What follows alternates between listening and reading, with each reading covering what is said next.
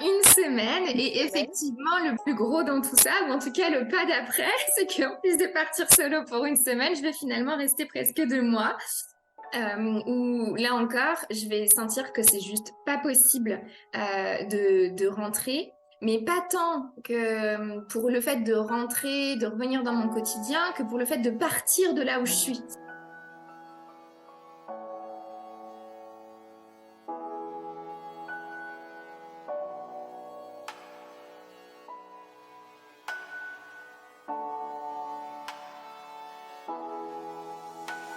Bienvenue, vous écoutez Amour, Voyage et Liberté, l'émission qui s'adresse aux personnes qui ont envie de vivre des relations saines et épanouies sans renier leur liberté.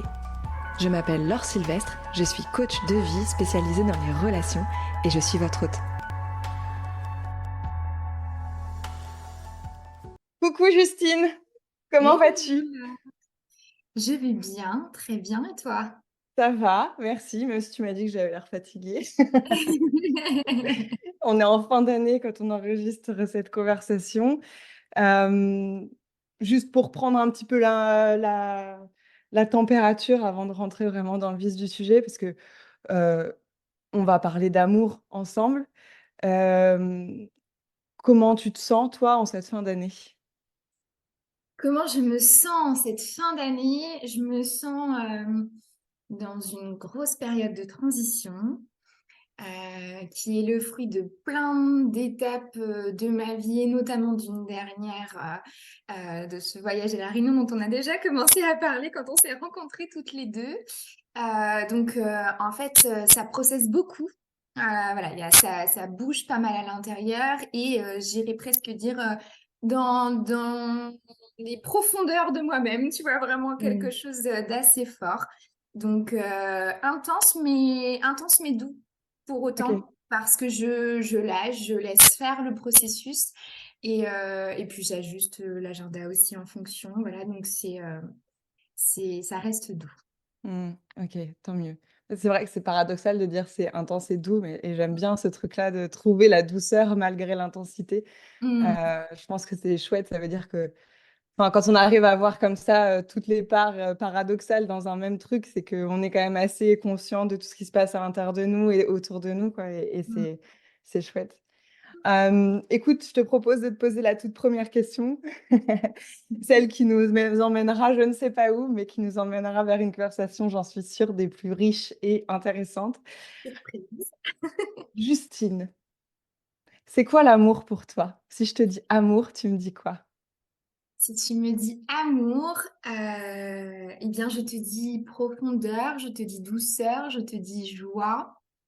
Ça me fait penser à la fois à amour de soi, amour des autres dans les relations, que ce soit le couple ou plus largement d'ailleurs.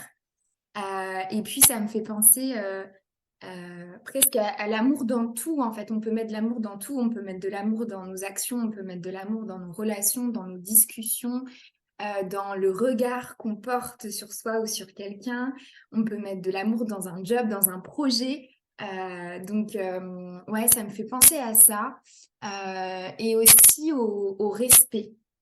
Je crois que d'ailleurs, c'est sans doute la chose que je relie le plus à l'amour, le respect de soi et de qui l'on est. Hmm. Ça paraît d'être presque un mode de vie. Ouais, alors un mode de vie, en tout cas, une boussole. Une boussole quand j'ai envie de quelque chose, quand je sens qu'un projet m'appelle, ou quand il se passe telle ou telle chose dans ma relation ou dans mes relations, de revenir justement à cette dimension-là de est-ce que je suis dans le respect de moi-même, est-ce que je prends des décisions avec ce regard amoureux, Hmm. justement. Est-ce que c'est joyeux? Voilà, effectivement, par rapport à ça, en ça, ça peut être une boussole pour orienter sa vie et pour dessiner une vie qui nous correspond bien. Et est-ce que tu la suis avec facilité, cette boussole? Alors de plus en plus, je dirais, parce que je crois que c'est un processus qui est continu, et on le fait tout au long de sa vie. Il est jamais terminé, ce processus-là. Par contre, il évolue et il est de plus en plus facile, de plus en plus accessible. Mmh. Ouais, je crois que j'arrive à un moment de ma vie, le passage d'ailleurs à la trentaine, je pense qu'a été assez déterminant par rapport à ça. J'arrive à un moment de ma vie où c'est plus qu'une priorité que d'écouter cette boussole-là. Il y a eu tout l'apprentissage avant parce qu'il s'agissait d'apprendre à l'écouter, cette boussole. Et on sait combien ça peut nous mettre au défi, ça peut nous mettre face à nos blessures, notre histoire, les parts lumineuses et puis ce qui est un peu moins sympa à avoir en soi aussi par moment. Mais justement, tous ces apprentissages-là me permettent aujourd'hui d'en faire la priorité absolue et que ce soit le guide pour tout en fait et dans toutes les sphères de la vie. Mmh. Je vais enchaîner, mais juste il y a un petit truc qui craque pendant que tu parles. Je pense que ça doit être, je sais pas, soit il y a quelque chose qui tape près du micro, soit ça craque en fait en même temps que tu parles. Mince. Alors, attends, j'ai mes documents qui sont dans le coin. Est-ce que c'est ça? Est-ce que là, tu entends moins ce truc qui craque? Ouais, non, là ça craque pas quand tu Ça parles, craque mais pas. ça Ok, craquait à bon. chaque fois. Craquer. Je sais pas ce Et que je trouve que c'est. ça va bien avec avec le thème de l'amour quand même. Tu craques pour un truc, tu craques pour quelqu'un, pour quelque chose. Tu parlais d'apprentissage, c'est quoi le dernier apprentissage, la enfin ouais, la dernière expérience qui fait que tu as, j'ai envie de dire, réappris ou approfondi cette Mm, notion de toujours choisir l'amour, de toujours suivre l'amour, et du coup le respect aussi? mm. Ah bah le tout dernier, c'est très lié au fait que je sois partie toute seule à La Réunion, alors que ce n'était absolument pas ce que j'avais imaginé, ni même ce que j'avais désiré pour moi et pour mon couple. Mmh. Donc l'apprentissage derrière, c'est m'être choisi au-delà de ce que mon chéri pouvait penser, pouvait voilà, avoir comme avis ou comme projet de son côté aussi. Mmh. Et d'accepter qu'on n'ait pas les mêmes envies, les mêmes possibilités, les mêmes projections à ce moment-là. Et que pour autant, ça ne remettait pas en question notre relation. Mmh mh. Je dirais même que c'est venu l'embellir, Mmh. clairement. Et que je pouvais me choisir au-delà de ce regard-là, sans, voilà, sans que ça fasse du mal. Et au contraire, derrière, il y a cette idée aussi d'oser les élans les plus profonds, d'oser les élans du cœur, d'oser écouter son intuition. Où c'est passé, j'ai toujours été dans cette dynamique-là, mais c'est passé à un niveau encore plus, voilà, c'est devenu exponentiel, je dirais, c'est juste pas possible de lutter contre une envie ou une intuition qui est là. Donc juste, j'écoute ça, peu importe ce qu'il y a autour, dès l'instant où c'est fait dans le respect, dans la communication. Euh, Mmh. et et qu'on est OK avec ce que ça implique aussi comme conséquence, dans le positif comme dans le négatif. Mmh.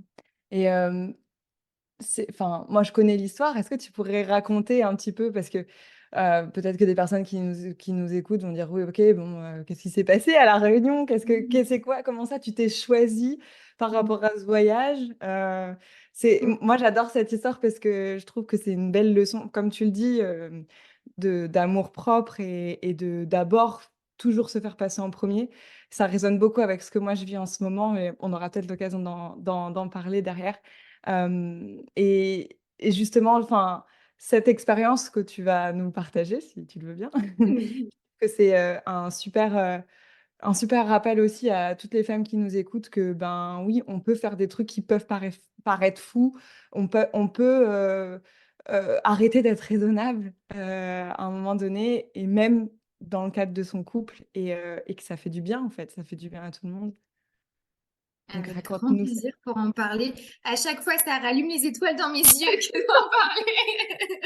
Et je le ressens vraiment à l'intérieur, donc avec grand plaisir.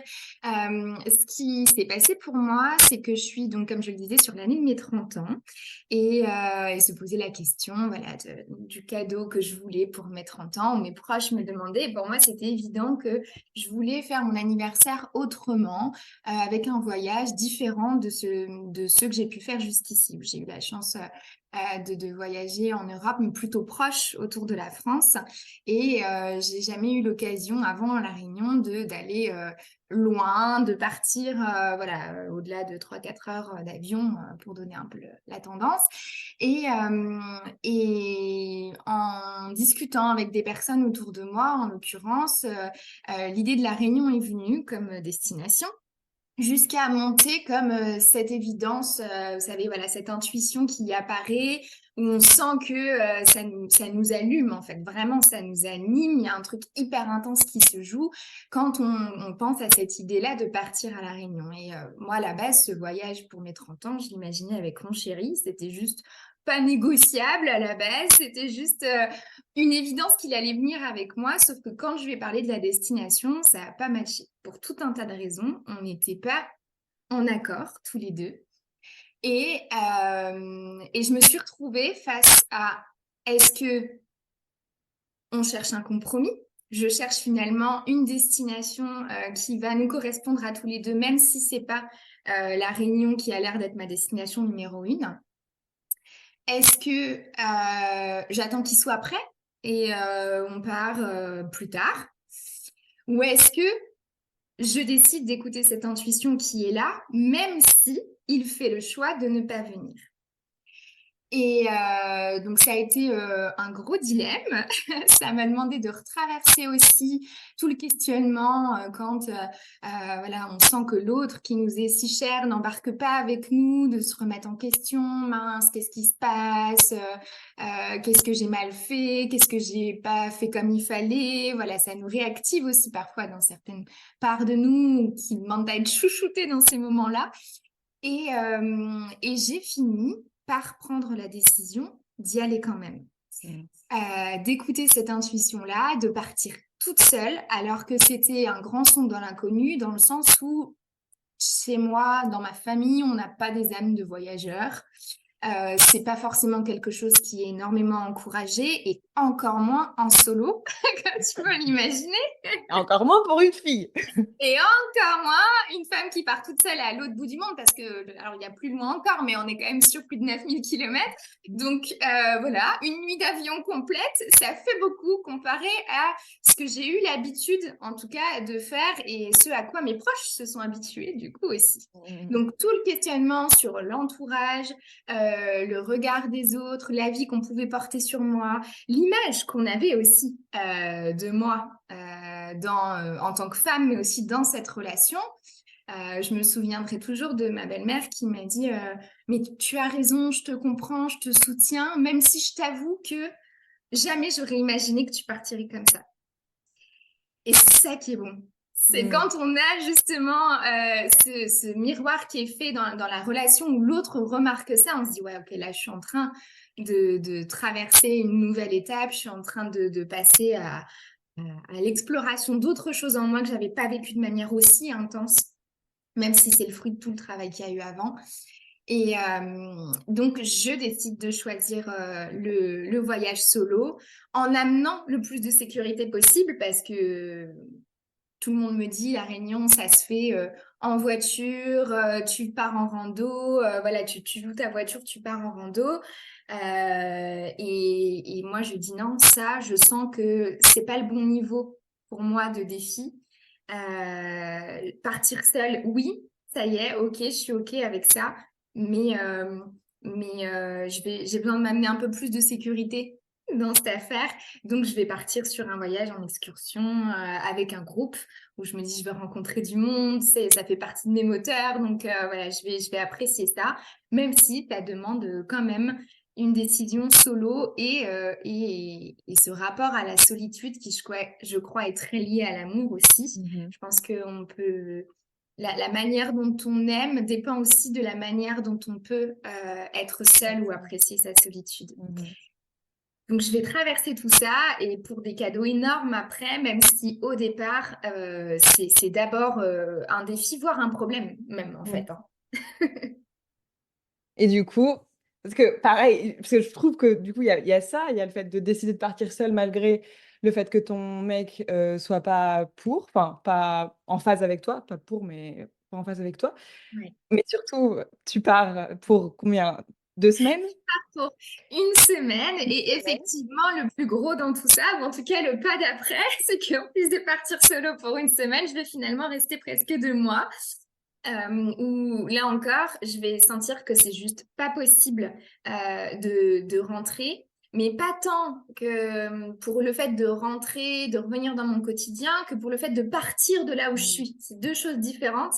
Et là, ce qui me retient, c'est vraiment l'île, ce que je suis en train d'y vivre, les émotions que ça me fait traverser, et cette vie à choisir ce que je veux, quand je veux, juste moi avec moi, en fait. Mmh.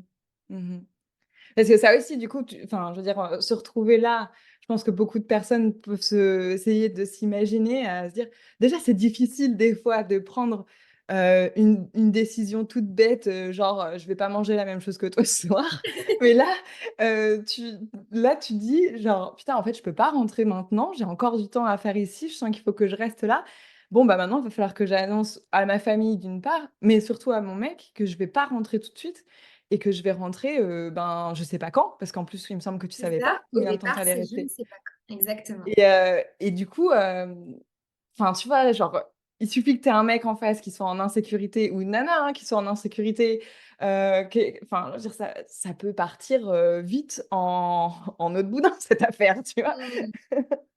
Bah, en fait, la chance que j'ai, je dirais, c'est que on est déjà habitué dans notre quotidien à faire les choses aussi chacune de notre côté. C'est-à-dire qu'il y a sa bulle, ma bulle et notre bulle. Mmh. Et donc, on a déjà l'habitude, je dirais, à la base, c'est plus lui qui impulse ça, qui est plutôt solitaire. Et du coup, on a déjà l'habitude d'avoir chacun nos activités, chacun nos passions. Donc, je suis déjà habituée quand même à cette manière de vivre. Mais là, la différence, c'est que c'est les kilomètres, c'est la distance Mmh. et l'inattendu. Le Mmh. fait que c'est la grosse surprise quand je pars pour une semaine, il s'attend à me retrouver la semaine d'après. Limite, j'allais dire, il me dit pas au revoir. J'abuse. Mais c'est vraiment cette idée de, pour lui, il n'y a pas d'enjeu, quoi. Je pars une semaine et on se retrouve la semaine d'après et tout va bien, je vais aller profiter, quoi. Mmh. Donc là-dessus, c'est les échanges qui ont tout adouci aussi, c'est-à-dire que j'ai pris ma décision tout en parlant avec lui. Je lui ai dit que à quel point moi j'étais aux anges quoi sur cette île et de toute façon il le ressentait déjà et de par tout ce que je lui ai envoyé etc. Et parce qu'on se connaît bien aussi l'un et l'autre, il m'a dit quelque chose de l'ordre de toute façon, si c'est pour rentrer en étant frustré, parce qu'il sait que voilà, si j'ai quelque chose dans la tête, je l'ai pas ailleurs, dans le cœur, je l'ai pas ailleurs.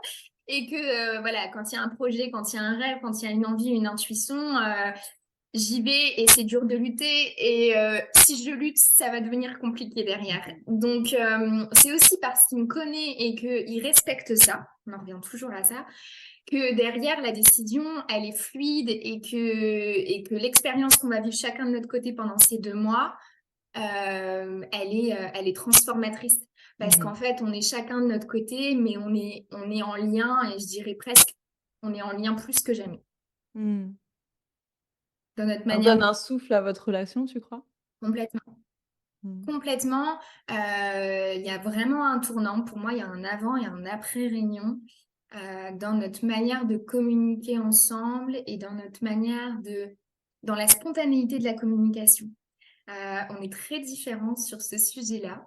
Et moi, je suis dans l'extrême spontanéité, là où il est plus dans la retenue et où je vais de mon côté, alors c'est en lien avec forcément mon métier, mais pas que. C'est juste qui je suis, ma personnalité, où je vais aller beaucoup dans l'émotion, dans chercher à comprendre ce que l'autre est en train de vivre, chercher à ce qu'on puisse te dire les choses absolument quand ça va bien, comme quand ça va moins bien. Et lui est plus dans la retenue par rapport à tout ça. Et à ce moment-là, en fait, on amène autre chose dans notre communication et par écrit, ça facilite aussi. Ouais.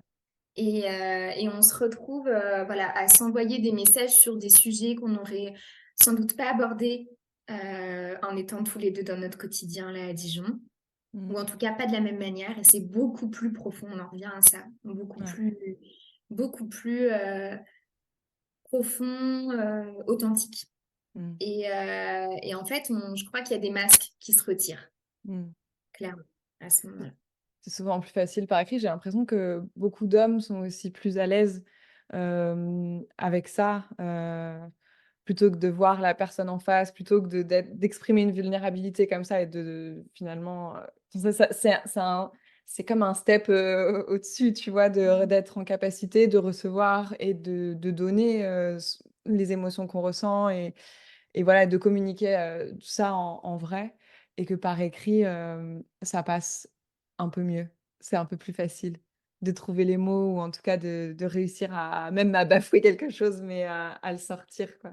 Bah, il y a un temps intermédiaire qui est laissé pour recevoir le message, digérer l'information et penser ce qu'on a envie du coup Ouais, de formuler en retour, c'est ouais. sûr, ça laisse cet intermédiaire-là.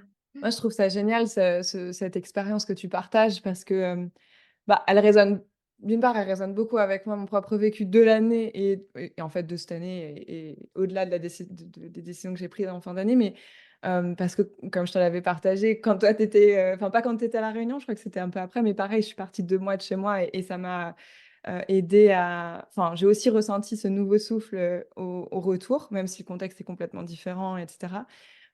Et c'est vrai qu'il y a un truc qui fait super peur pour beaucoup à l'idée de se retrouver seul ou à l'idée de pas être en accord en termes de, ouais, de choix de vie, avec, le partenaire.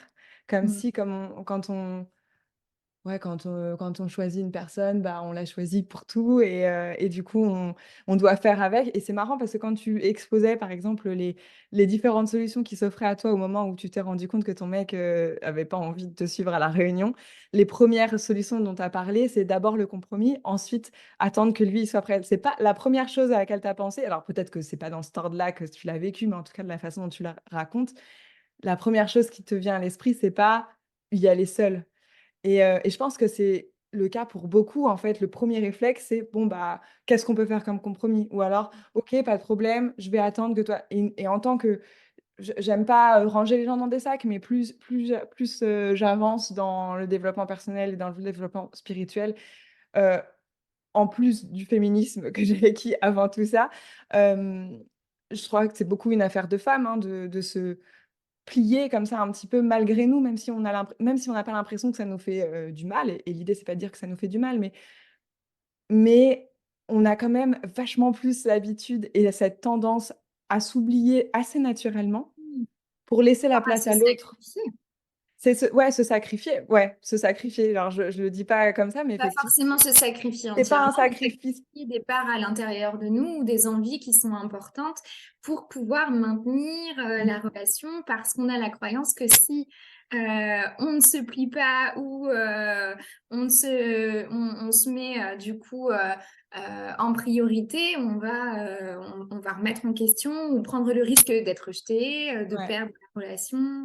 Et puis, il y a souvent du coup, un mécanisme miroir, hein, qui se met en place à ce moment-là. C'est que dans ta vie, comme tu as ces peurs-là, tu vas éviter de prendre ta place, tu vas éviter de dire les vraies choses, tu vas éviter de penser d'abord à toi et tout ça. Et finalement, la personne en face, elle va le faire, ce travail-là que toi, tu es pas capable de faire. Et donc, ça nous confirme à chaque fois que de toute façon, si on ne fait pas comme l'autre, eh bien l'autre, ne nous aimera pas parce que lui ouais, on va rester dans les dans le schéma, hétéronormé, parce que lui en face, il si enfin, comment dire? Tu vois, c'est un petit peu comme si de toute façon, dans un couple, on avait cette croyance que de toute façon, dans un couple, il y a un dominant et un dominé, tu vois? Mmh. Il y en a un qui se plie et un qui suit, Mmh. et un qui lead et Mmh. que à cause de nos croyances genrées, à cause de tous les schémas que l'on a vus et que l'on applique de manière parfois, souvent inconsciente et d'autres fois consciente, et bien, on se dit: «Beh, de toute façon, si c'est lui qui prend les décisions, le jour où moi je prends une décision, ça va pas passer, en fait. Le jour où Mmh. moi je prends une décision pour moi-même, l'autre risque d'ê» alors qu'on n'en sait rien parce qu'on n'a jamais pris la décision pour nous-mêmes et que souvent, quand on la prend, on se rend compte que, ben, l'autre, il est OK avec ça. Enfin, je veux dire, si on part d'une relation qui est saine et qui est, bienveillante et dans l'amour, l'autre n'a pas en général enfin, moi, je me souviens la toute première fois que j'ai commencé à prendre comme ça ce tu vois, à prendre mon courage à 2 mains et à dire: «Ouais, je vais imposer mon truc».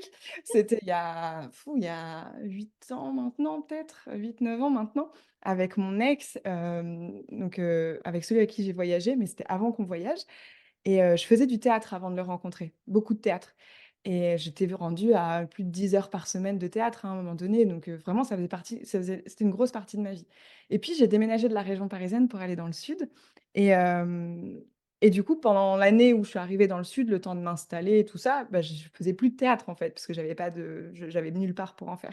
J'ai rencontré, mon ex donc à ce moment-là et on avait un ami qui faisait du théâtre et souvent, mon mec me parlait de, enfin, des relations que cet ami entretenait avec les autres personnes de son groupe de théâtre et il trouvait ça bizarre et il trouvait ça malsain. Il disait: «Ils sont dans un trip tous ensemble, c'est un peu chelou, la la la». Il se racontait une histoire sur les groupes de théâtre, quoi Mmh. et le jour où moi, à ce moment-là, c'était très difficile avec mes émotions. Ça partait dans tous les sens, j'avais du mal à les gérer et en fait, ça avait toujours été le cas, sauf que pendant très longtemps, j'avais le théâtre pour m'aider à gérer les émotions. Et du coup, j'avais plus tu vois, dans ma vie quotidienne, c'était beaucoup plus facile à vivre. Sauf qu'à partir du moment où j'ai arrêté de faire du théâtre, ben, tout est revenu n'importe comment dans ma vie quotidienne Mmh. et chercher un moyen de s'exprimer, donc c'était très difficile à vivre. Et quand je me suis rendu compte de ça, je me suis dit: «Bon, il faut que je reprenne». Et là, je me suis dit: «Ouais, mais il va trop mal le prendre». Si je lui dis: «J'ai envie de retourner au théâtre», je lui en avais déjà parlé une fois et il m'avait dit: «Non, mais attends», parce qu'il avait peur de ce qu'il voyait, Et oui. avec notre pote, tu vois? Et quand pour moi, c'était évident qu'il fallait que je reprenne ça, je pense que je m'en souviendrai toujours de cette fois où on était là, l'un avec l'autre, je sais plus, posés dans le lit ou dans le canapé, je me souviens plus. Puis, hem, d'un coup, j'ai commencé à avoir, tu sais, cette chaleur de: «Là, il faut que je sorte un truc» et si je le dis enfin et ça me stressait tellement, je suis devenue super chaude et il me dit: «Bah, tu es bouillante d'un coup». J'ai dit: «Ouais» et là, je lui balance: «Je vais me réinscrire à un cours de théâtre». Mais je l'ai dit c'était même plus une question, en fait. La fois d'avant où j'en avais parlé, c'était une question: «Qu'est-ce que tu dirais si je m'inscrivais au théâtre?» Alors forcément, je lui laisse l'opportunité de me dire ce qu'il en pense, donc il va pas venir me m'appuyer. Mais à ce moment-là, je lui dis: «En fait, c'est pas une question, c'est j'ai pris ma décision et je vais le faire». Et et ben, il m'a laissé faire et il m'a rien dit. Parce que tu te choisis dans ce moment-là C'est ça. et du coup, c'est ça l'amour. C'est Beh, que ouais, c'est chacun ça et à un moment peut donné, choisir. tu vois, tu es obligé de te dire: «Vas-y, je tant pis parce que mon bien-être là est trop important. On n'est pas obligé d'en arriver là», tu vois? Et c'est quand même chouette si en fait, c'est des ajustements qu'on fait au fur et à mesure en se disant: «Bah, moi, mon bien-être, il est à cet endroit-là, il est pas là où toi tu es» et inversement et du coup, ben, c'est quand même vachement plus simple et au final, moi, ce que j'ai vu de cette toute première expérience de prendre ma place un petit peu dans le couple, c'est que, ben, l'autre l'acceptait très bien et que derrière, ça s'est super bien passé. J'ai pu faire du théâtre après pendant plusieurs années et il était content de venir aux représentations et il avait plus ces peurs-là concernant parce que c'était un groupe en particulier avec des gens en particulier, mais que ça me concernait pas moi Et et oui. c'est ça qui est génial, en fait. Et tu vois, ce que tu dis là, moi je trouve que les conditions par rapport à ça, ou ce qui va faciliter en tout cas, c'est que nous, on ait fait notre part de s'être questionné et de s'être demandé, OK, qu'est-ce qui est vraiment important pour moi? C'est quoi mes non négociables en fait par Ouais. rapport à ça? Et, euh, et si je prends telle décision, qu'est-ce qui se passe? Et si j'y vais pas, si je renonce au théâtre en l'occurrence ou à la réunion de mon côté, c'est OK, qu'est-ce qui se passe? Et ben, à ce moment-là, j'ai senti que ma flamme s'éteignait en fait. Mmh mh. Si Mmh. je disais oui à un compromis, je me disais non. Je renonçais à me dire oui. et que ça, Exactement. c'était pas possible. Et que du coup, il y a eu ce process de fait de mon côté qui a permis donc d'affirmer plus facilement la décision dans notre relation. Mais la deuxième condition, c'est aussi la communication qu'il y a eu entre nous. Le fait d'avoir pu expliquer concrètement ce que moi je vivais, l'importance que ça avait pour moi, et de l'entendre lui aussi sur ses raisons, même s'il y avait des choses avec lesquelles j'étais pas d'accord à la base, mais de l'entendre dans ses raisons et que j'accepte ça aussi, en fait. Mmh mh. Mmh. Ouais. Ça, c'est super compliqué, hein, de toute façon, la communication. Enfin, moi, j'en vois beaucoup. J'ai beaucoup de clientes, qui ont des je pense quasiment non, pas toutes. Bah, allez, 80 de mes clientes, ont probablement des problèmes de communication ont des problèmes de communication dans leur couple et c'est difficile. Mais en fait, je crois que la communication dans le couple, c'est d'abord une communication avec soi-même. Est-ce qu'on est suffisamment au clair avec nous-mêmes? Est-ce pour se rendre compte qu'en fait, tu vois, tu parlais de respect au tout début, c'est ça, Mhm. c'est est-ce que je me respecte suffisamment pour entendre tout ce que j'ai à me dire à moi-même, tout ce que je ressens vraiment, tout ce que je pense vraiment? Tu vois, cette flamme dont tu parles, je la vois très bien, là, sur cette fin d'année. Moi, j'ai décidé, de revivre toute seule, donc d'arrêter la vie commune. Donc on ne se sépare pas, mais on va refaire chacun chez soi, hem et tu vois, j'ai vraiment ce truc de ben, d'un côté, c'est, les paillettes, c'est la flamme, c'est le truc genre c'est ça qui m'appelle. C'est vers ça que je sais, tu vois? Quand j'ai eu ce moment de communication, de discussion avec moi-même, enfin que c'est voilà, c'est déroulé sur plusieurs semaines, mais, heu, c'est comme si il y avait une part de moi qui me montrait le truc et l'autre part qui est là, qui veut pas vraiment regarder, qui est là genre: «Oui, mais nin et puis qui regarde un petit peu ailleurs et puis au fur et à mesure, ouais, mais en fait, c'est vrai que là, ça a l'air d'être vachement mieux comme, situation et et et finalement quand tu regardes honnêtement cette part de toi qui te montre le truc le plus beau que tu as envie de vivre, hem et ben, tu peux plus ignorer, tu peux plus te dire, «Oui, mais machin truc», parce qu'en fait, à l'intérieur de toi, c'est comme si c'était imprimé, tu vois? Le gris, la fleur fanée, et de l'autre côté, les paillettes et je sais pas quoi, tu vois? C'est genre, mais en fait, c'est évident. Si on me propose du chocolat et un chou de Bruxelles, à aucun moment je vais penser que le chou de Bruxelles, il est meilleur pour moi, tu vois? Je vais préférer Mhm. toujours le chocolat et enfin, moi, je trouve que ça demande d'abord d'être hyper honnête avec soi-même et d'être dans cette communication, enfin, tu vois, genre authentique, transparente avec soi-même, quoi. Avec soi d'abord et d'être à l'écoute de soi. Et en fait, c'est l'idée de faire couple avec soi avant de faire couple avec quelqu'un. Et que quand on fait ce choix-là et cette expérience-là, c'est plus qu'un choix, c'est l'expérience, voilà, à l'intérieur de nous. En se choisissant, on choisit aussi la relation. Ouais, complètement. En choisissant ce qui est bon pour nous, on laisse l'opportunité à la relation d'évoluer vers quelque chose de beau Mmh. et de grandir. Après, peut-être qu'il y aura des décalages, peut-être qu'il y aura des choses qui seront, qui vont amener l'autre face à ses non négociables et que là, il y aura d'autres décisions à prendre pour voir quel avenir doit être réservé à la relation. Mais si on passe à côté de ces choix à travers lesquels on écoute ce qui est bon pour nous au plus profond de nous-mêmes, à mon sens, on passe à côté de la relation. Ouais. Non, mais tu as raison, parce qu'en plus on s'éteint. Enfin, je veux dire, il faut être 2 pour faire une relation, il faut être 2 âmes, heureuses et en paix Mmh. pour faire une relation qui soit chouette, quoi. Et si on passe son temps à sacrifier, à faire passer tous les autres avant et à pas s'écouter et à se dire que oui, mais c'est mieux pour un tel ou c'est mieux pour enfin, on oublie que la première personne, à vivre notre vie, c'est nous, quoi. Et je crois que c'est quand on arrive à avoir cette capacité-là de vite se rendre compte de ce qui est le meilleur pour nous, qu'on arrive finalement à créer, bah, au-delà des relations, en fait, tout ce qu'on veut, de bien pour nous, tu vois? Et enfin moi quand tu dis, s on le fait pour la relation aussi, c'est vrai que moi par exemple, en prenant cette décision-là, je me suis dit: «À quel moment est-ce que» enfin pendant c'est une question quand même qui a jalonné toute mon année de: «Est-ce que je reste ou est-ce que je quitte cette relation qui est ce qu'elle est?» hem et pendant longtemps, j'ai choisi de rester parce que, je savais, comme tu disais, je pouvais encore faire en fait, moi, je pouvais encore grandir en travaillant sur, ma peur du rejet, Mmh. mais tu vois, en travaillant à me choisir toujours et cetera. Mais Mmh. j'avais besoin de le faire dans le contexte où on est tous les 2 et on vit ensemble et du coup, je me prends c'est peut-être la méthode la plus difficile, mais c'était sûrement la plus efficace. Tu te prends en pleine poire le rejet de l'autre, bon, bah, voilà, comment tu vas le gérer, compte tenu de la situation qui est où tu ne peux pas Immersion équilibrer? totale. Les 2 Comment? pieds dans le plat. Immersion, les Exactement. 2 pieds dedans. Allez hop, on y va. C'est ça. Alors, c'est pas recommandé à tout le monde, mais je pense qu'à un certain moment, ben, ouais, peut-être que c'est ça qu'il faut. Après, moi, j'ai un problème avec le fait de travailler dur, hein, et de se mettre, des tu es obligé de souffrir pour avoir les trucs. Bon, aussi quelque chose que je travaille depuis plusieurs temps. Mais, tu vois, il y a vraiment eu ce truc de: «Je continue de grandir en étant dans ce contexte-là. Donc tant que je grandis, moi, je peux aussi faire grandir la relation» et le fait est que plus j'apprenais à gérer ce rejet, plus j'apprenais à prendre sur moi, plus, enfin pas à prendre sur moi, faut pas le prendre au premier degré ce que je dis. Hem, c'est pas genre enfin c'est un peu prendre sur soi, mais c'est pas genre, «OK, je dis rien même si ça me fait chier». C'est j'apprends à ce que ça me fasse plus chier.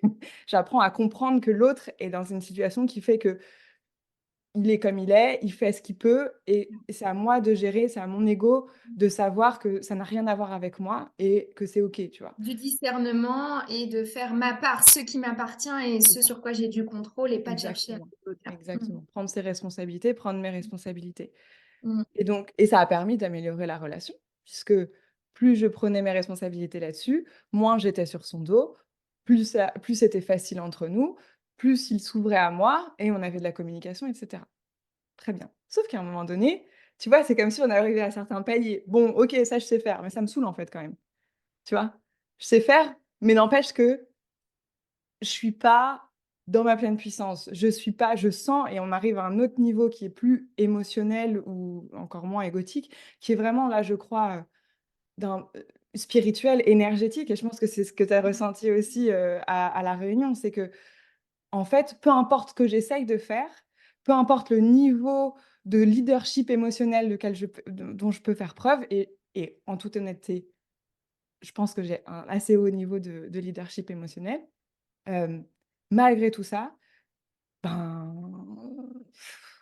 tu vois? Ben, la flamme, elle est pas là, quoi. La flamme, elle est pas là et je suis quand même triste et je peux pas ou m'empêcher de voir que quand je suis seule dans cette maison, je me sens mieux et que dès qu'il passe la porte, il y a une chape de plomb sur nous Mmh. et que ça n'a rien à voir avec notre relation, que ça n'a rien à voir avec ma capacité à gérer les émotions, Mmh. ma volonté de gérer ses propres émotions parce que je ne cherche pas à le sauver de quoi que ce soit. Mmh. Mais tu vois vraiment de ce dans de le ressenti, la perception, le truc un peu lourd qui arrive, quoi. Et là, bon, tu dis: «OK, qu'est-ce que je peux faire de plus?» Ouais. C'est quoi l'action du coup qui est nécessaire, par rapport à tout ce que j'ai déjà mis en place à ce Ça. moment-là? Est-ce que Mmh. je grandis encore dans ce contexte-là? Et est-ce que je peux encore faire des choses pour grandir? J'ai Mmh. estimé que non. Mmh. Dans ce contexte-là, je peux plus grandir. Donc si je ne peux plus grandir dans ce contexte-là, on va trouver un autre contexte dans lequel grandir. Mmh. Et donc, bon, voilà, de réflexion en réflexion, peut-être que refaire vie séparée, c'est peut-être le mieux. Et aujourd'hui, je peux pas m'empêcher de le voir comme, beh, oui, c'est ça qui va faire du bien à notre relation parce que moi, je vais être mieux et du coup, je pourrais être, vraiment, encore plus cette personne qui le soutient et qu'il est content de voir et qu'on et tu vois? Et retrouver ce truc de presque j'ai pas envie d'être dans l'illusion ou quoi, mais c'est peut-être d'être retourné un petit peu dans cette honeymoon phase, tu vois? De la rencontre où Mmh. finalement, tu vois l'autre que pour les bons moments et c'est peut-être juste la chose dont on a besoin aujourd'hui pour continuer à faire vivre cette relation. Mmh. Alors, l'avenir nous dira si c'était un bon choix ou pas. En tout cas, je sais que pour moi, peu importe ce qui se passe pour la relation, pour moi, c'est le meilleur choix C'est et c c'est j'ai franchement, j'adore t'entendre par rapport à ça, parce que je trouve que c'est tellement dans la continuité de l'échange qu'on avait eu toutes les 2 aussi et ça m'évoque aussi à quel point, parfois et ben, on a l'impression de faire des retours en arrière. mmh Comme tu dis, c'est comme si on revenait, voilà, peut-être au début de la relation et cetera. Alors qu'en fait, c'est pas en arrière, c'est ceux qui nous propulsent au next step, en fait. Mmh, C'est mmh ceux mh. qui permettent que soit on se protège, soit qu'on revienne à un temps qui, oui, en fait, on revient à un carrefour qui nous permet derrière de prendre la voie qui va nous correspondre à chacun et ensemble potentiellement. mais que c'est pas de la régression, c'est pas ne pas avoir réussi non plus à faire les choses ensemble ou à traverser telle ou telle chose ensemble. C'est juste qu'on en est là à ce moment-là et que tenant compte de ce que toi tu vis, ce que moi je vis, bah, la décision, elle est d'aller vers un autre contexte et c'est ce qui permet d'avancer derrière ensemble aussi. C'est des fois on a l'impression que les choses n'avancent pas ou que, tu vois, moi, ça m'évoque ça aussi. On a l'impression qu'on rabâche tout le temps la même chose dans la relation ou qu'on est toujours sur les mêmes schémas qui se réactivent, etc. Alors que, en fait, alors parfois, il y a de ça, hein, et c'est important de le voir aussi. Mais parfois, on est en train de revivre quelque chose de similaire, mais à un niveau d'intégration qui est différent. Et la distinction, elle n'est pas toujours évidente à faire, justement, de la conscience à avoir sur, OK, qu'est-ce qu'il y a de différent par rapport à ce que j'ai vécu peut-être la dernière fois, qui en apparence était la même chose. Mais là, peut-être que je le vis différemment, ou la manière dont on cherche la solution ensemble, elle est différente aussi, ou il réagit pas exactement de la même manière. Enfin, voilà, je trouve que ça fait vraiment écho là-dessus, ce que tu dis. Toi, c'est quelque chose que tu perçois aussi aujourd'hui dans ta relation, le fait d'avoir vécu cette expérience et la façon dont ça peut effectivement vous faire évoluer vers autre chose. Ah, mais complètement, parce que c'est souvent posé la question entre nous des projets communs. Mhm. Et on est en phase sur plein de choses dans le style de vie, dans la vie qu'on imagine, ce qu'on veut, ce qu'on ne veut pas. Mais il y a certains points, notamment sur le plan, je dirais, plus matériel, sur lesquels on n'est pas ajusté. Et ce sont des sujets qui reviennent très souvent dans les discussions. Et avant la réunion, je pouvais avoir l'impression au départ que voilà, on revenait et que ça n'avançait pas complètement. En tout cas, c'est la lecture que j'avais. C'est vraiment le regard que je posais là-dessus. Et en fait, là, on revient sur les mêmes sujets, sauf que sa posture est plus la même. Mm. La manière dont il me répond est plus la même, la manière dont il peut envisager l'avenir est plus la même non plus. Mm. Donc, le fait que moi, j'ai bougé Mhm. et que je me choisis dans cette expérience-là, vient aussi amener du mouvement dans sa manière d'être et dans la manière dont il peut envisager notre relation aussi à Mm. l'avenir. Ça, c'est super important ce que tu dis et je trouve ça super beau en fait dans le jeu de la relation. On a trop peur de bouger parce qu'on a trop peur que ça changerait les choses avec la personne, mais on n'imagine pas que en fait bouger, ça peut changer les choses et souvent ça change les choses, mais de manière positive, tu vois? Combien tu as de personnes qui disent: «Bah non, je peux pas faire ça parce que l'autre enfin après il va se passer ci» et puis tu vois, on commence à rentrer dans des scénarios de catastrophes, de réactions en chaîne qui partent du constat en fait, on va faire des suppositions sur la réaction de l'autre compte tenu de ce qu'on connaît déjà, sans prendre en considération qu'au moment où on va changer les choses, nous, on sera plus la même personne que celle qu'on a été pendant toutes les années, tu vois? Et que forcément, du coup, la réaction de l'autre personne, elle va être inattendue et c'est ça qui est génial. Après, oui, ben, peut-être que ça veut dire que la relation va se terminer, peut-être ça va nous éloigner plus, mais est-ce que c'est forcément quelque chose de mal? Moi, je suis d'avis de dire non, mais Mais tellement. Ouais, de toute façon, il y a toujours une part d'incertitude, il y a toujours une part de risque. complè Et ce risque-là, j'ai envie de dire, c'est la vie. C'est dans tout ce qu'on fait. Enfin, vivre, c'est prendre des risques. Et c'est justement si on ne prend pas certains risques, alors à un certain niveau, c'est à mesurer en fonction de qui on est, de ce qui est juste pour nous, de ce qu'on est prêt à prendre comme risque. C'est sûr, il y a plein de choses à penser derrière et plein de questions à se poser. Mais si on ne prend pas de risques, on s'étouffe en fait. Et à mon sens, on ne peut pas vivre pleinement. ouais, c'est clair et pourtant, tu as tellement de personnes qui sont paralysées par la peur, Mm. paralysées par le fait de et même des fois sans s'en rendre compte, tu vois? Théoriquement, on aimerait bien que les choses changent, mais quand il s'agit de vraiment les changer, quand il s'agit de faire ce qu'il faut pour les changer, là, là, on voit enfin, ça montre aussi qui est prêt vraiment et qui croyait être prêt et en fait non. Après c'est OK, tu vois? Il y a pas de d'obligation à changer, il y a pas de timing dans lequel le changement doit se faire et tout ça. Mais je trouve ça, j'ai toujours un petit côté un peu, je vais presque dire déçue, tu vois? Quand, je vois certaines personnes qui ont envie et je sais qu'elles peuvent changer, Mm. mais qui sont juste complètement paralysées par la peur et par toutes les histoires que la peur raconte. Et parfois même sans se rendre compte des histoires qui sont racontées, tu vois? Mm. Je sais pas si c'est compréhensible ce que je dis, Si, mais si, je comprends de ne pas avoir forcément conscience de c'est quoi les croyances derrière, c'est quoi, qu'est-ce que ça vient réactiver comme peur.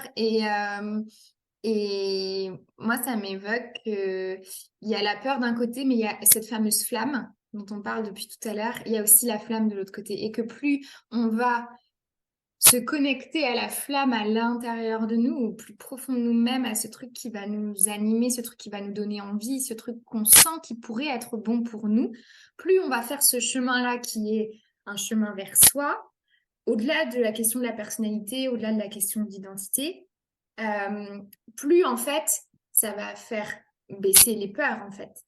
Parce que et quand tu as plus de flamme, est-ce que tu crois que c'est possible ça? moi, je crois que la flamme, elle est toujours là. Par contre, il y a des moments où elle est fragile.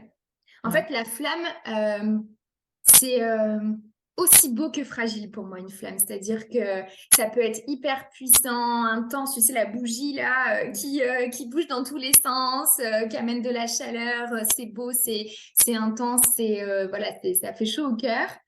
Et en même temps, c'est fragile. Parfois, il suffit qu'il y ait une personne qui passe au moment où tu es en train d'allumer la bougie, justement, et hop, ou un coup de vent, et ça vient fragiliser. Et ça demande de protéger, effectivement, cette flamme-là. Pour autant, je considère qu'à l'intérieur de soi, aussi minime qu'elle puisse être, elle est toujours là. L'instant où on est en vie, c'est qu'il y a toujours une petite, toute petite flamme, peut-être, peut-être très petite, mais qui est là et qui Mmh. nous maintient en vie, qui nous maintient dans notre quotidien. Et, hum, et quand on a l'impression qu'il n'y a plus de flamme, bah, ça demande parfois de commencer par aller voir ce qui, d'après nous, l'a éteinte, cette flamme. Mmh. Et en faisant ce passage-là, finalement, on se rend compte de qu'est-ce qui permettrait de la rallumer ou en tout cas de venir la faire scintiller davantage. C'est dur ça, Ouais. parce que ça demande enfin, tu vois, je crois que moi j'aurais tu vois, si mes clientes me disaient: «Comment je fais pour réactiver la flamme?» je crois que j'aurais pas, j'ai envie de dire le courage ou le culot, je sais pas, de leur dire qu'est-ce qui l'a éteint. Mais c'est peut-être un tort de ma part, tu vois? J'aurais alors peut-être que certaines personnes, où tu vois, où je vois ça dépend peut-être des personnes, mais tu vois, s'il y a une personne qui me pose cette question et que je sais qu'elle sait et juste tu vois, peut-être que je lui poserai cette question. Mm. Mais sinon, je crois que je leur dirais: «Mais teste des choses, regarde, écoute-toi, vois où la flamme réagit», plutôt que de regarder tu vois? Parce que je me dis: «Ça fait peut-être moins peur, mais c'est sûrement plus long». Mm. Alors ça dépend, ça dépend. Moi, j'ai tendance à dire que ça dépend de la personne, parce qu'il y a des personnes pour qui ça va être plus compliqué d'aller expérimenter que de regarder le chemin par lequel on est passé et qui fait que cette flamme-là, elle s'est éteinte. Et puis Mmh. il y en a d'autres qui vont être plus dans, effectivement, je teste et un peu en mode essai-erreur et je vais voir ce que ça produit. C'est vrai que c'est très singulier, mais ce rapport que j'ai là à cette flamme, en fait, pour moi, c'est quand je regarde ce qui a éteint la flamme, alors quand moi j'aborde le sujet, c'est plus sur les projets, la question professionnelle, forcément dans ma pratique, mais euh, souvent derrière, la personne, elle va aller chercher toutes les conditions qui l'ont mise dans cette dynamique dans laquelle elle sent qu'il n'y a plus la flamme. Et donc, par ricochet, ça donne des indications sur qu'est-ce qu'il s'agit de soit d'écarter, soit de remettre, soit de maintenir dans notre quotidien pour recréer les conditions qui vont permettre de rallumer ou de protéger la flamme qui est au fond de nous. Mmh mh. Mmh. Et donc on peut le regarder comme ça, effectivement, on le regarder juste dans, et je vais faire ça, je vais faire juste ce qui peut me donner un petit peu envie et voir comment ça réagit. Mais effectivement, quand je sens que j'ai plus la flamme, bah, souvent les envies qui vont avec, Il y en c'est a un plus. peu dur à les sentir. Ouais, Mm. ouais, c'est clair, c'est clair. Et toi, est-ce que tu trouves que toi, plus tu suis ta flamme, plus tu laisses l'opportunité à ton mec, en l'occurrence, Ouais. de trouver la sienne ou de suivre la sienne? Mhm. Bonne question. Euh, je crois que oui. J'aurais tendance à te dire spontanément que je pense que oui, ça a cet effet-là aussi. Avec vigilance, parce que tu vois, ce qui me vient tout de suite derrière, c'est le risque de chercher à allumer sa flamme pour permettre à allumer la flamme, à l'autre d'allumer sa flamme. Et que du coup, la motivation, elle est posée à l'extérieur et on le fait pas forcément pour les bonnes raisons. Et ou alors on va chercher à sauver l'autre. Tu parlais de ça aussi tout à l'heure. Et voilà. Donc en tout cas, c'est important de mettre la conscience là-dessus. Mais je pense que plus on se choisit, plus on aide l'autre à se choisir et à allumer sa flamme. Mmh. Euh, c'est trop tôt pour moi encore, tu vois, par rapport à ce que je viens de vivre. J'ai l'impression que ça amène quelque chose de différent dans sa vie à lui, mais c'est encore trop tôt pour le dire. Et surtout, je crois que tu vois, il y a une part de moi qui, pour protéger sa flamme, ne veut pas trop se dire tout de suite que c'est trop chouette que ça ait activé sa flamme aussi. Ouais, ouais, je comprends. Voilà. Mais c'est bien de enfin, on est tellement concentré sur l'autre, tout le temps, à chercher à ce que l'autre aille bien, à ce que l'autre s'épanouisse, à ce que l'autre, soit OK avec tout ce qu'on fait, que c'est bien aussi à un moment d'arrêter de se poser des questions, pour l'autre et juste de vivre pour nous et de se dire, «Bon, bah, vas-y, tu me suis ou tu me suis pas».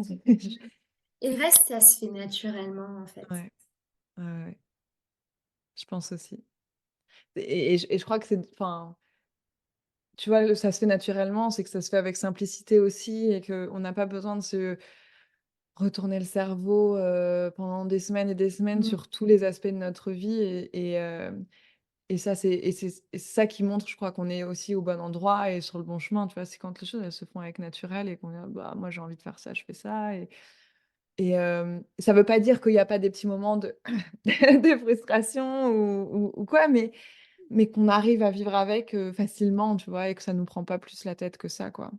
Je crois Mm. que les personnes qui je lis beaucoup de trucs sur Facebook, dans les groupes et tout.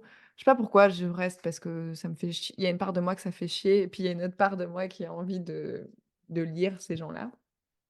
Hem, mais je vois tellement de personnes s'inquiéter tout le temps de trucs. J'ai eu envie de dire de merde, j'ai eu envie de dire futile. Mais je veux dire, il y a pas de jugement là-dedans, mais oui, est-ce que quand il se passe, i j'ai fait ça ou il s'est passé ça j'en sais rien, la personne me répond plus, on m'a traité de machin, de trucs et tu vois, tellement d'attentes projetées sur l'extérieur, tellement de demandes par rapport à comprendre pourquoi les gens agissent de telle ou telle façon et tout. J'ai envie de dire: «Mais toute cette énergie dépensée, qu'est-ce que tu pourrais faire pour toi avec toute cette énergie que tu dépenses pour les autres?» et enfin, voilà, soyons un peu plus égoïstes, surtout quand on est une meuf. Il faut qu'on arrête de se dire qu'on est égoïste, en fait, parce que, tu Mm. vois, en général, on est les moins égoïstes de la terre, donc soyons plus égoïstes. Si on est les plus égoïstes, tant mieux. Le jour où on dira: «Les femmes sont des grosses égoïstes», c'est montré, par des statistiques, ben, peut-être qu'on pourra changer de discours. En attendant, c'est pas le cas. Et tu sais, l'autre jour, je suis désolée, je balance tous les trucs que j'ai Ah, là mais en c'est tête, fait, mais c'est je fait. fais des liens. L'autre jour, je réfléchissais à la question des choix et hem et tu vois, je me demandais: «Est-ce qu'on a vraiment toujours le choix?» et je me disais: «Oui, je crois qu'on a toujours le choix et qu'il y a des gens qui font des choix qui sont très mal vus, qui sont, très» enfin, tu vois, genre, je vais aller dans le dur, mais typiquement, des parents qui abandonnent leurs enfants, tu vois, ce genre de trucs. Mm. Ça reste des choix. On les juge en disant: Mm. «C'est pas des bons choix», mais ces personnes-là ont fait des choix quand même et du coup, je pense qu'à partir de ce moment-là, tu peux faire n'importe quel choix enfin, faut toujours se dire, tu peux faire le choix, même si ça te paraît impossible à faire, tu vois. Genre, typiquement, je pense, on n'est pas mère, toi et moi, mais tu vois, des mamans qui sont là à se dire, oui, mais non, je peux pas faire ça parce que j'ai mes enfants. Eh ben, dis-toi qu'il y a des gens qui choisissent de le faire même s'ils ont des enfants. Et il y a Mm. des gens qui choisissent de laisser leurs enfants sur le côté. Je dis pas que c'est une chose bien. Je dis Mm. pas que, mais en fait, j'en sais rien. Je sais pas, je sais pas comment est leur vie. Je sais pas pourquoi ils décident de faire ces choix-là. Et voilà. Mais la question, elle est pas là. La question, elle est de toi, pourquoi est-ce que tu te mets tant de bâtons dans les roues pour les autres? Mm. Mais tout ce que tu dis là, moi, ça m'évoque clairement la place. Effectivement, quand tu dis tant d'énergie dépensée par rapport aux autres, c'est l'importance qu'on accorde au regard des autres ou à la vie que les autres pourraient poser sur nous. Et de toute façon, on va déplaire. Quel que soit nos choix, on va déplaire, puisqu'on ne peut pas plaire à tout le monde. Malheureusement, on aimerait bien quand même au fond de nous, c'est humain. Mais bon, la réalité est tout autre. Et du coup, partant de ce constat-là, quitte à déplaire, autant le faire avec des choix qui nous ressemblent, autant le faire en étant nous-mêmes, avec ce qui est juste et bon pour nous.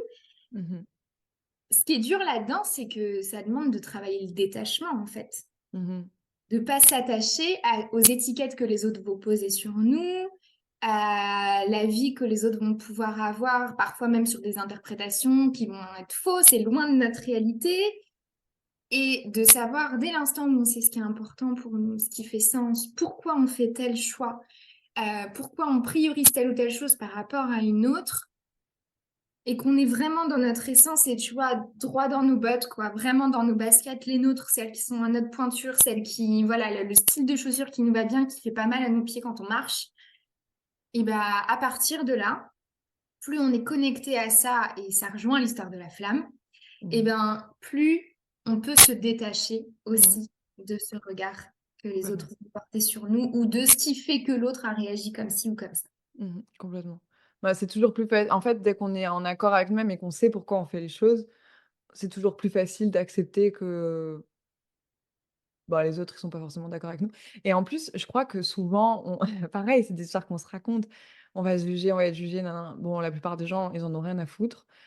Donc, ils nous jugeront pas. Ou alors, ils nous jugeront quand on commencera à, j'en sais rien moi, avoir de la visibilité ou à vraiment faire des choix de vie qui tranchent complètement avec le commun des mortels.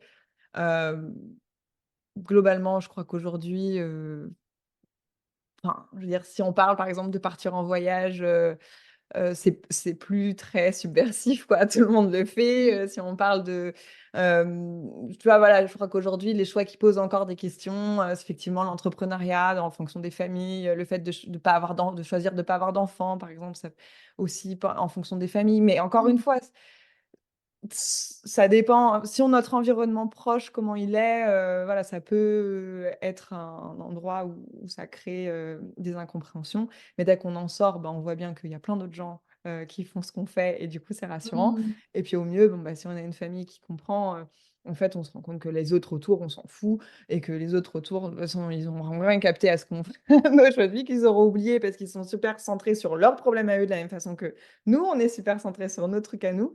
Et puis et même, tu vois, j'ai envie de dire que ceux qui vont s'intéresser à ces choix différents à ces choix différents qu'on fait, finalement, ils vont être assez, inspirés, curieux. Enfin, tu vois, c'est quand même relativement bienveillant après dans l'approche que les gens ont, non? Bah, je suis un peu partagée par rapport à ce que tu dis. D'un côté, je me dis oui, c'est vrai. En fait, ce qui me venait, c'est que c'est aussi comme ça qu'on teste les vraies relations, Ouais, bien sûr. je trouve, et que du coup, dans une relation saine, sereine, et quand il y a de l'amour, on se rend compte qu'on peut ne pas être d'accord ou on peut même juger l'autre sur un truc qui nous, voilà, qui nous semble pas en face, qui nous semble pas bon, etc. Mais sans que ce soit malveillant, mal vécu pour celui qui initie tel ou tel projet. Et en même temps, je crois que quoi qu'il en soit, la critique, elle est humaine. Ce Mmh. jugement, c'est notre manière, voilà, d'évaluer. Ça fait partie de notre manière de fonctionner en tant qu'être humain avec notre cognition. Et du coup, euh, j'ai presque envie de dire, il y a un petit truc qui me titille en dessous de dire c'est bon signe aussi. quand justement quelqu'un d'autre va porter un regard qui nous convient pas ou un truc qui peut être désagréable. Parce que souvent, c'est quand on va vers un truc qui paraît un peu fou, un peu farfelu, qui paraît être trop, non mais t'es dans le rêve. Moi, je sais que j'ai ce truc-là où parfois, j'ai été dans des situations où je paraissais être la nana qui était trop dans son monde, trop dans le rêve, trop à penser que c'était possible, trop à se dire, ça me rappelle une fois, je me suis mise à dessiner une cabane, du coup, à faire dans le jardin de chez mes parents. Et mes parents m'ont demandé, m'ont dit, mais qu'est-ce que tu fais là? Je dis, bah, je fais la cabane qu'on va construire, du coup, dans le jardin. Et tout le monde s'est mis à rire. Et moi, j'étais en mode, mais on va vraiment la faire, cette cabane. Et il y a un tel qui va venir faire ça. Et moi, je veux faire ça. Et toi, pourquoi tu ferais pas ça? Enfin, c'était un projet à part entière. Mais cette cabane, aujourd'hui, elle existe dans le jardin. Elle a été faite avec toute la famille et c'était juste génial à faire. Mais à la base, spontanément, mes proches en ont ri en mode, mais qu'est-ce que tu es en train de faire là? T'es dans ton monde et à quoi ça nous sert de faire ça? Et donc, je crois que faut, c'est OK aussi que d'être jugé comme ayant l'idée folle, l'idée trop ambitieuse ou de faire un truc qui a jamais été fait ou de faire quelque chose qui est un peu à contre-courant et que ça éveille des réactions au Mmh. départ qui peuvent être voilà, dans une forme de rire ou que nous, on va interpréter parfois même comme des moqueries alors que c'est juste spontané, mais il n'y a rien de malveillant derrière. Puis parfois, il y a aussi des choses qui sont ou des critiques qui peuvent être malveillantes. Et ça appartient aux personnes qui ont cette manière de faire et qui sont activées à ce moment-là. C'est leur histoire, leur manière de faire. Mais au contraire, nous, c'est bon signe. C'est signe qu'on suit la flamme et qu'on suit ce qui est vraiment important pour nous. C'est clair. Ça me fait penser quand, je commençais à aller sur le chemin du végétarisme, Mm. heu, donc ça a commencé par diminuer la consommation de viande et puis faire un peu plus attention à ce qu'on mangeait au quotidien et tout et à l'époque, l mes potes se foutaient de notre gueule, à mon ex et moi, tu vois? Parce que, bah, non, on n'achetait plus des courgettes en hiver, tu vois? Je me Mm. souviens, j'avais des potes qui étaient là: «Ah mais vous nous faites chier là, bobo écolo, non mais ça, ah non, on n'achète pas des courgettes en hiver». Enfin, tu vois, vraiment, ils se marraient un petit peu, bon voilà. Et Mm. ben, on est partis en voyage, on est revenus, enfin, on les a retrouvés à un moment donné, tu vois, peut-être 1 an et demi après être partis et je me souviens de cette fois où on était dans ce supermarché avec un des potes qui avait l'habitude de se moquer de nous et puis là, c'est lui qui nous disait: «Bah non, on peut pas acheter ça, c'est pas le moment», tu vois? Et je me disais: «C'est marrant parce que nous, on n'a jamais mal pris ces trucs-là». On se dit: «Ouais, c'est ça, rigoler», mais nous, on sait pourquoi on le fait. On sait que c'est mieux pour notre santé, on sait que c'est mieux pour la planète, on sait tout Mm. ça et puis à ce moment-là, moi, enfin, à cette transition-là, j'ai décidé d'être vraiment végétarienne et Mm. hem et en fait, on était tellement sûrs de nous, tu vois? En mode: «En fait, on le fait pas pour les autres, on le fait juste pour nous.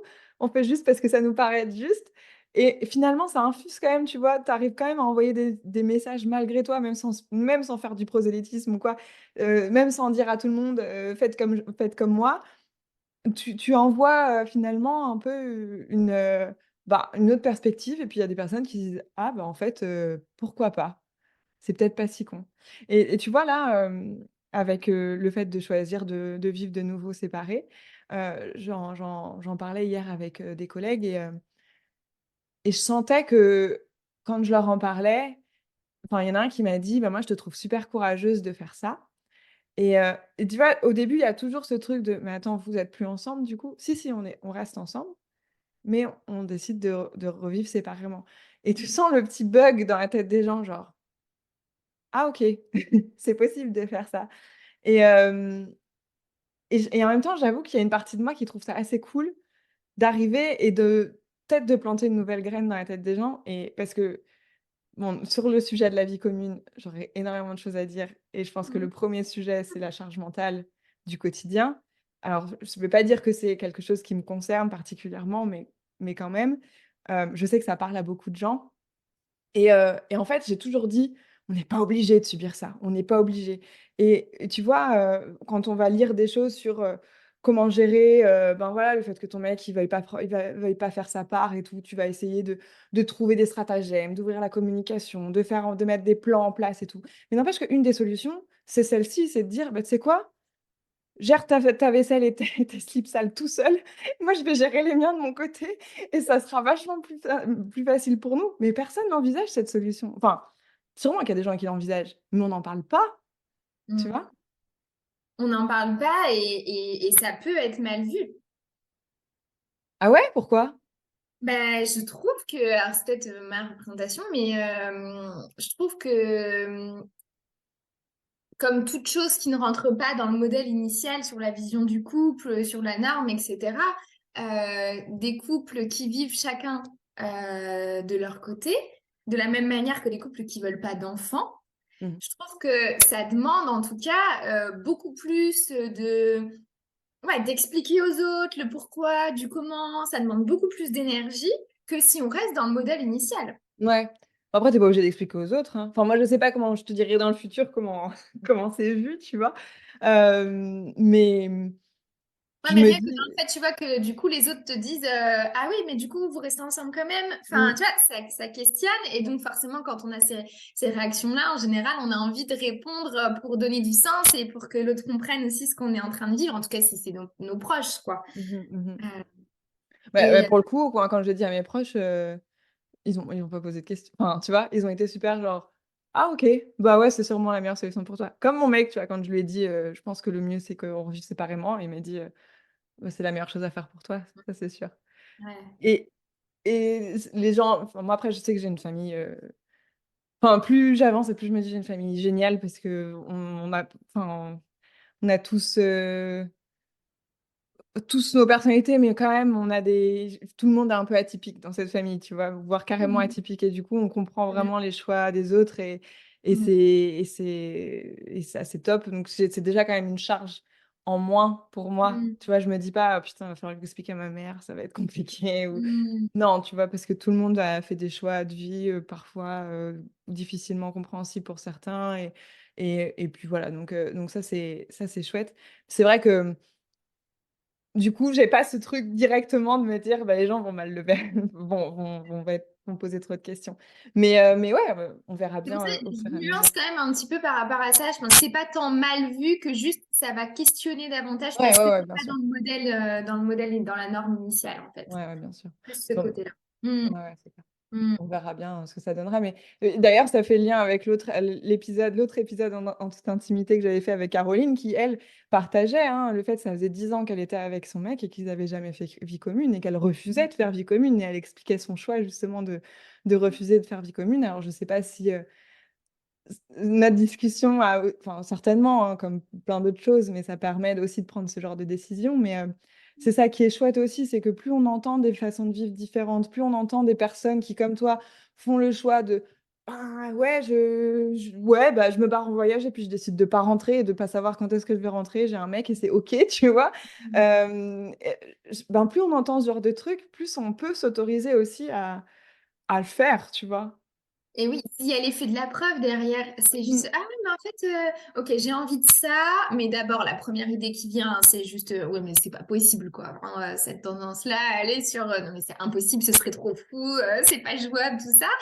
Et puis après, t'en parles, et puis les gens t'en parlent, et puis tu te rends compte que, bah, en fait, c'est possible pour C'est possible. certains. Mmh Donc, il y a cet effet-là de la preuve qui vient ouvrir un autre chemin. Après, tu passes au et si c'était possible pour moi aussi? Et puis t'explores, et puis tu te rends compte que ce soit dans les discussions, et c'est tellement précieux de pouvoir papoter comme ça aussi. Enfin voilà, spontanément, juste dans ce qu'on est en train de vivre chacune dans nos vies, et de se rendre compte que ce qu'on traverse, d'autres le traversent aussi, mh. et qu'on n'est pas seul aussi dans ces moments de vie où on a des choix qui sont importants, où on a l'impression que tout va être modifié sur la base d'un seul choix. Euh, et, euh, et ouais, clairement, d'avoir ces moments-là où l'autre peut nous renvoyer quelque chose aussi, et où l'expérience que l'autre va avoir vécue va faire sens par rapport pile à ce qu'on est en train de vivre à ce Mmh. moment-là. Enfin, bah, c'est comme ça que je fonctionne beaucoup, en fait. Ouais, ouais. Bah et c'est ça qui est beau dans toutes les relations, c'est que tu peux, enfin, même sans s'en rendre compte, en fait, ça nous fait nous poser des questions, ça nous fait accepter des situations, ça nous fait changer nos perspectives, ça nous fait trouver du courage. C'est ça qui est génial, en fait. Plus tu vas t'ouvrir aux autres à discuter. Et encore, et tu vois, je trouve que c'est aussi encore une bonne justification à pourquoi il faut parler, pourquoi il faut dire ce qu'on a sur le cœur, que ce soit à son mec ou pas à son mec, peu importe, parce que finalement, ça fonctionne de la même façon. T'es plus tout seul à réfléchir à un sujet.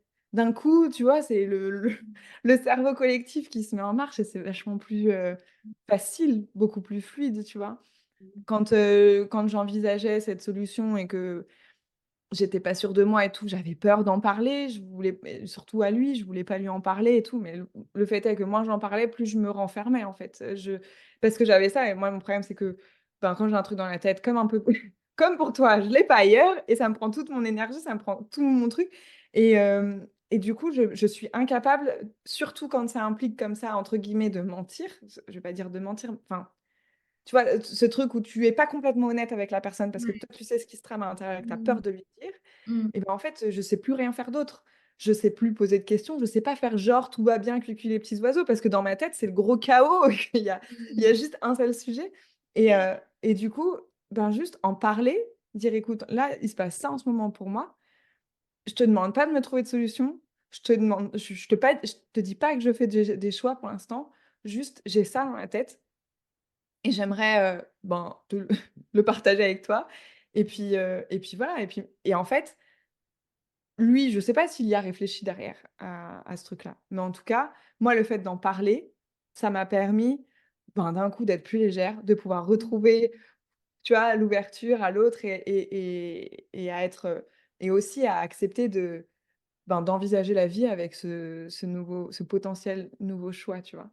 Et Mm. tant que ça restait à l'intérieur de moi, ça, c'est impossible à faire. Et Mm. finalement, c'est pour tout quand je suis partie en voyage, ben, toi, tu l'as fait aussi quand tu es partie quand tu as décidé de rester à La Réunion, tu en as parlé à d'autres gens au moment où tu Ah mais commençais tellement. à te poser la Mais en fait, question? à la base, c'est venu des autres. Alors moi, je Oui. sentais le truc à l'intérieur de ça monte, ça monte. Non mais je veux, ça passe trop vite là, je veux rester. Je vais encore plein de trucs à voir et à vivre ici. Et c'est dans le bus quand j'étais dans le groupe en fait que les autres n'ont pas arrêté de me dire, mais toi tu vas rester ici. Et c'est ça qui est magique dans les Mmh. relations et Mmh. dans ces discussions-là, c'est que parfois aussi on sent quelque chose à l'intérieur de nous ou on ne le sent pas et parfois c'est possible aussi. Mais c'est les autres en fait qui Mmh. vont nous le révéler et du coup ça va semer des graines et finalement ça va prendre une place dans notre nouvelle réalité derrière. Complètement. Mais encore Mm. une fois, ouais, c'est et toi, finalement aussi, le fait qu'il te pose la question, ça t'autorise à en parler et à le rendre un petit peu plus réel, tu vois? De te dire: «Ah ouais, tu crois que» enfin, je sais pas comment ça s'est passé, mais: «Tu crois? Ouais, c'est vrai, non, bah, c'est vrai que j'aimerais bien» et puis, plus on en parle et plus c'est comme si, je sais pas si ça te fait ça, mais quand tu oses parler d'un truc,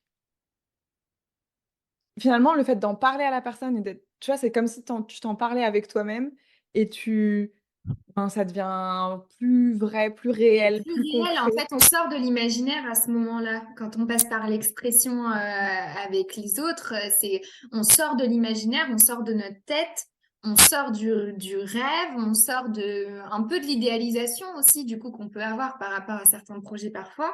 Mmh. Et donc, ça aide à la projection.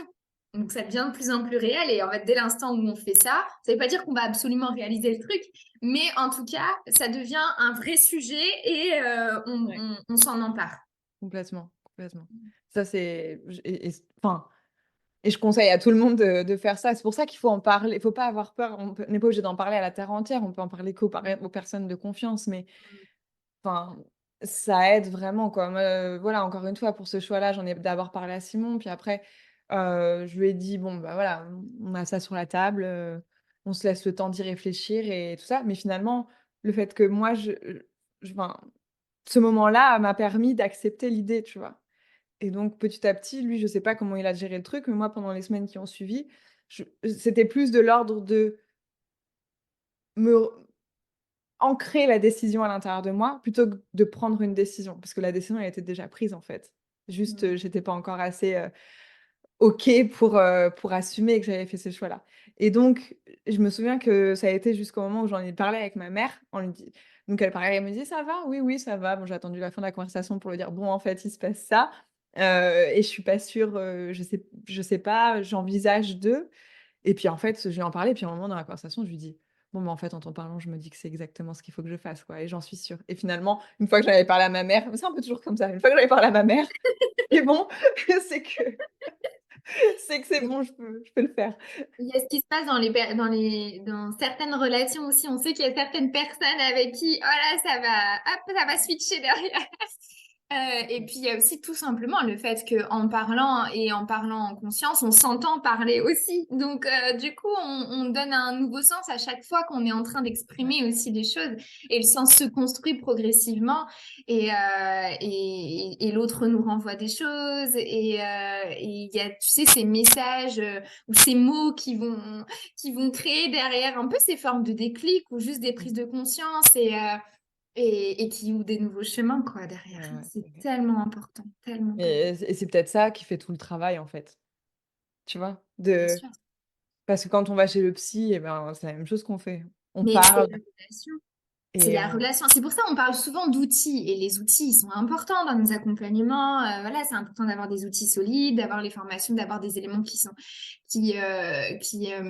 sur lesquels s'appuient les accompagnements. Mais on le voit bien dans toutes les études. Ce qui crée le changement, c'est avant tout la relation. mmh, ouais, mais C'est ça, ce qui se passe et c'est entre bien. deux personnes, entre deux âmes, Ouais, j'aurais même envie de ouais, dire, ouais, ouais, c'est clair. qui va jouer, ce qui fait que, enfin, on va se sentir bien, on va sentir qu'on peut être soi-même, on va sentir que c'est OK de parler, puis l'autre va nous renvoyer des choses et il y a un pourcentage énorme qui est lié à la relation, Mmh, euh, plus que tout le reste autour.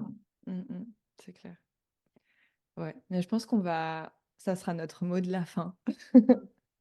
Ça fait 1 heure qu'on parle, un peu plus d'1 heure maintenant, et c'était super chouette. Oui, merci beaucoup, Laure, parce que je trouve que, tu vois, ça marque un temps aussi par rapport au processus dont je parlais au tout début. Ouais, ça vient presque clôturer une boucle, du Mmh. coup, dans laquelle j'étais par rapport à cette vision pour ce voyage-là et au fait de se choisir. Et Et tu vois, toi aussi, du coup, avec la conversation, hop, ça permet de rendre, c'est ça. Il n'y de a pas de boucler la secret. boucle et de le Et rendre plus concret. ouais. Et de poursuivre du coup la dynamique qui était en train de s'installer. Mmh. Donc, merci pour ça aussi. Eh ben, écoute, merci à toi pour tout ce que tu as pu apporter, toutes ces expériences, toute ton expertise aussi, parce que quand même, malgré tout, tu as quand même partagé, pas mal de choses que j'imagine tu dois partager aussi à tes clients, Mhm. sur la façon de, ben, voilà, de communiquer, d'être, droite avec soi, etc. De toute façon, il n'y a pas de secret. On parle d'amour, on parle de couple, mais ce qu'on pose là, c'est transposable dans toutes les sphères de la vie. C'est la même chose Complètement, sur l'orientation et le travail, on est d'accord. complètement. Ouais.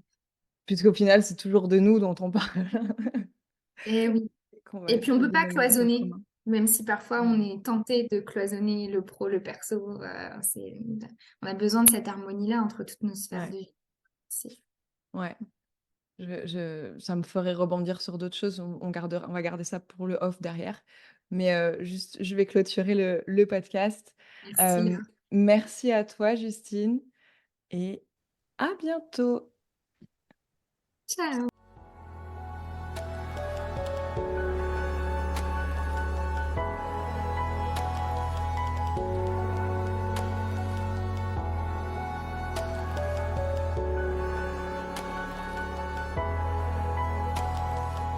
Merci d'avoir écouté cet épisode. S'il t'a plu, n'hésite pas à le partager à tes proches ou à ta communauté et à mettre 5 étoiles sur ton application d'écoute préférée. Si cet épisode t'a parlé et que tu souhaites échanger avec moi, contacte-moi en MP sur Instagram @laure.sylvestre ou directement par email depuis mon site internet. Je serai ravie de pouvoir t'aider. Au plaisir et à bientôt.